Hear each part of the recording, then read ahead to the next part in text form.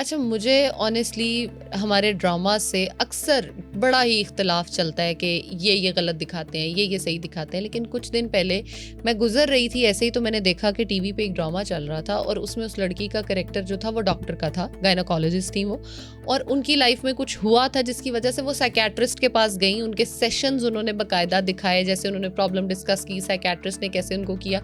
And I love the concept कि मतलब ये चीज़ को समझना कि एक जो डॉक्टर है, एक गायनोकोलॉजिस्ट है, उसकी लाइफ में भी अगर प्रॉब्लम आ रही है तो वो साइकेट्रिस्ट के पास जा रही है, तो आप क्यों नहीं जा सकते?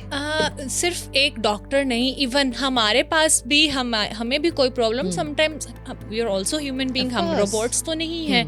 तो साइकोलॉजिस्ट को भी समटाइम्स कोई ऐसी प्रॉब्लम आ जाती है जो वो खुद से सॉर्ट आउट नहीं कर सकते, तो हम अपने कॉलीग्स या हम अपने सीनियर्स या जो भी हमें लगता है कि ये वो पर्सन है जिसके पास हम जाएंगे तो वो हमें, साइकोलॉजिस्ट है जो हमें हेल्प आउट करेगा सॉल्यूशंस फाइंड आउट करने में, तो हम जाते हैं।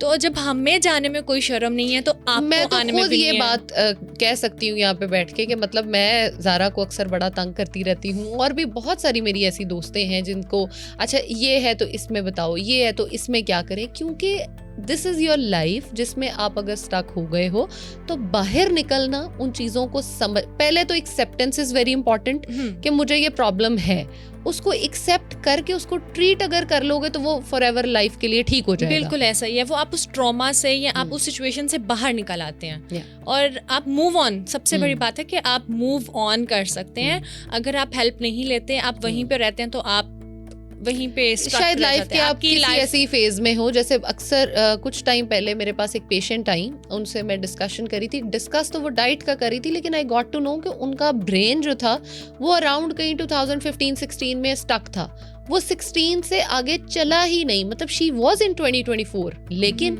उनका ब्रेन जो था वो 2016 में कहीं स्टक था। हर बात में वो 2016 की बात करी थी। तो आई आस्क्ड हर कि आपने कभी साइकोलॉजिस्ट को कंसल्ट किया है? अनफॉर्चुनेटली उनका भी जवाब यही था कि मेरे हस्बैंड कहते हैं कि तुम कोई पागल हो जो तुम्हें किसी साइकियाट्रिस्ट की ज़रूरत है, बट शी नीडेड वन। तो ऐसी औरतें जो हैं जिनको कोई नहीं लेकर आता, वो क्या करें, घर पे कैसे खुद को ट्रीट कर सकती हैं? अब तो सोशल मीडिया हमारे पास मौजूद है। आप जैसे अभी हम कर रहे हैं या इस पे आपको लग रहा है ना कि आपके साथ ये इश्यूज चल रहे हैं, तो आप यूट्यूब ओपन करें, आपके पास ढेरों ऑप्शंस अवेलेबल होंगे। आप गूगल ओपन करें, आपके पास अगर आप नहीं आ सकते या आप अपने इन्वायरमेंट में कोई ऐसा ट्रस्ट वर्दी देखें जिसके साथ आप अपना कैथारसिस कर सकते हैं। सबसे ज्यादा जो प्रॉब्लमेटिक होता है ना, वो होता है कि आप अपना कैथारसिस नहीं कर रहे होते, आप आपके अंदर जो चल रहा है ना वो आप निकाल नहीं रहे होते। कैथारसिस बेसिकली सिंपल एक वर्ड है जिसमें आपने अपने दिल की बात अगले बंदे को तक पहुंचानी है, और वो क्या कह रहे हैं दैट डजंट मैटर, आपने अपना बता दिया, आपका दिल हल्का हो गया। और समटाइम्स क्लाइंट जब आता है तो उसको सिर्फ कैथारसिस की जरूरत होती है। वो मुझे अपनी रूटीन बताता है, अपने प्रॉब्लम्स बताता है, उसके बाद वो कहते हैं अच्छा मैं ये भी तो कर सकता था, उसके बाद उसको मेरी जरूरत ही नहीं है, उसको खुद सोल्यूशन मिल जाता है। तो वो समटाइम्स कोई सुनने वाला नहीं होता। तो आप देखें कि अगर आपके पास कोई ऐसा पर्सन है जिससे आप कम्युनिकेट कर सकते हैं, अपना आप बता सकते हैं, अपने अंदर जो आपके चल रहा है उसके साथ बात करके उसको ख़त्म कर सकते हैं, तो आप करें। और सबसे बड़ी बात है, हम लोग ना कोई प्रॉब्लम होता है ना, हम वहीं पर स्टक हो जाते हैं। हम कहते हैं ये this is the end of the life, no.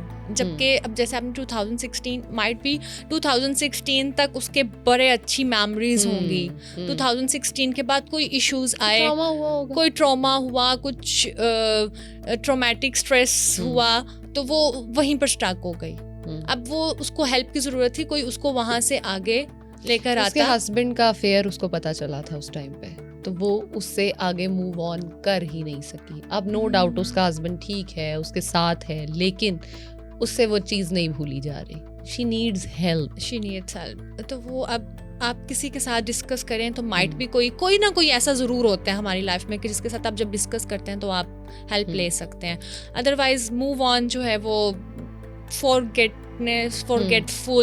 ये फॉरगिवनेस, ये वाली जो चीज़ें ना, ये हमारी लाइफ में होना बहुत इंपॉर्टेंट है। जब तक मैं कहती हूँ, जब तक अगर आपके साथ किसी ने बुरा किया ना और आप उसको लेकर बैठे रहेंगे, तो आप सिर्फ जिसने बुरा किया वो तो करके चला गया, एग्जैक्टली। लेकिन अगर आप उसको लेकर बैठे हुए हैं ना, अगर आप उसको माफ नहीं कर रहे, फॉरगिव नहीं कर रहे हैं, तो आप अपने आप को जो है ना, अपने आप को मेंटली भी और फिजिकली भी दोनों तरीके से आप अपने आप को पनिश भी कर रहे हैं और अपने आप को डिस्टर्ब भी कर रहे हैं। आपकी पूरी लाइफ डिस्टर्ब हो जाती है।